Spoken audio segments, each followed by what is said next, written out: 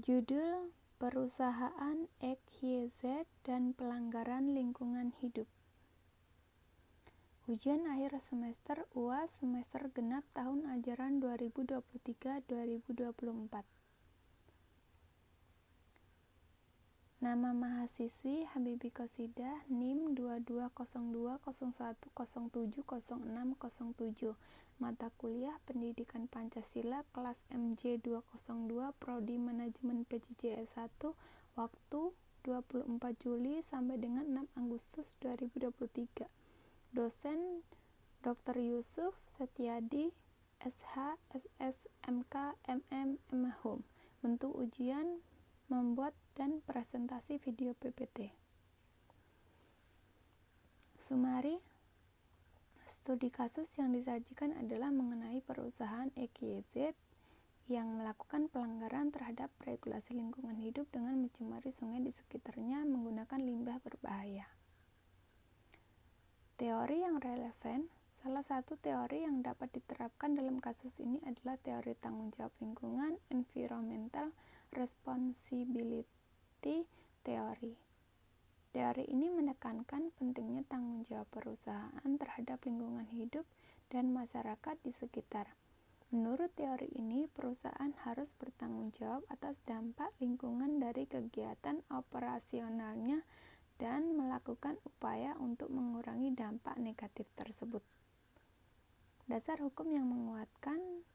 Dalam konteks hukum lingkungan di negara tersebut, terdapat beberapa dasar hukum yang menguatkan perlunya penegakan terhadap pelanggaran lingkungan yang dilakukan oleh perusahaan X, Y, Z.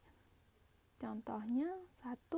Undang-Undang Nomor 32 Tahun 2009 tentang Perlindungan dan Pengelolaan Lingkungan Hidup. Undang-undang ini menetapkan aturan kewajiban bagi perusahaan dalam melindungi dan menjaga kelanjutan lingkungan hidup. Peraturan Pemerintahan Nomor 101 Tahun 2014 tentang mengelola limbah bahan berbahaya dan beracun. Peraturan ini mengatur tentang pengelolaan limbah berbahaya dan beracun, termasuk prosedur penanganan dan pembuangan limbah yang aman untuk mencegah pencemaran lingkungan.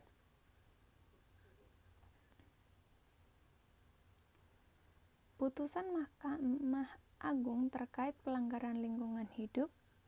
Terdapat putusan-putusan Mahkamah Agung yang telah memperkuat perlindungan lingkungan hidup dan memberikan sanksi kepada perusahaan yang melakukan pelanggaran.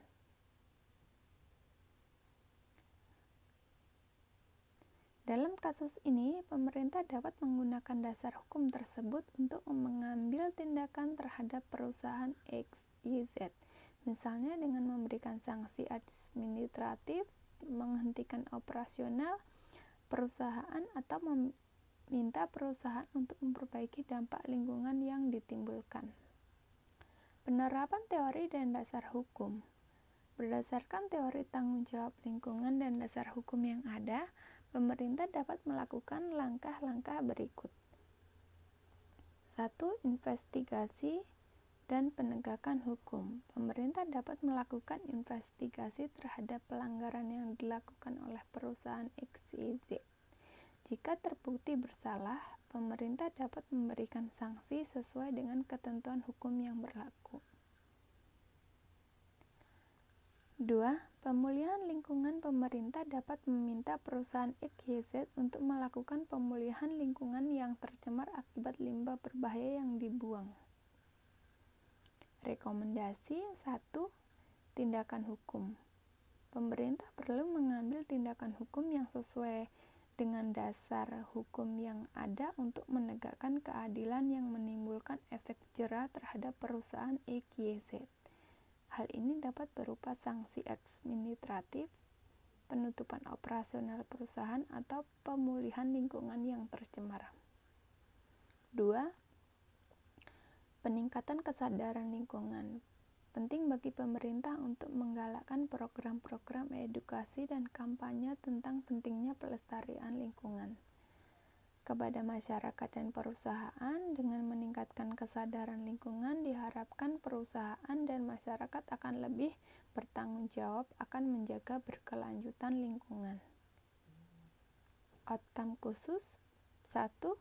Perusahaan XYZ memperbaiki sistem pengelolaan limbahnya dengan mematuhi peraturan yang berlaku dan mengurangi dampak negatif terhadap lingkungan. 2. Masyarakat sekitar sungai yang tercemar mendapatkan pemulihan lingkungan dan memadai dan perlindungan kesehatan yang diperlukan. Outcome umum: dengan penerapan teori tanggung jawab lingkungan dan dasar hukum yang ada, diharapkan tercipta keadilan dan perlindungan lingkungan yang lebih baik. Pelanggaran terhadap lingkungan yang akan dikurangi, perusahaan akan lebih memperhatikan dampak lingkungan dari kegiatan operasionalnya, dan masyarakat akan lebih sadar akan pentingnya menjaga lingkungan hidup.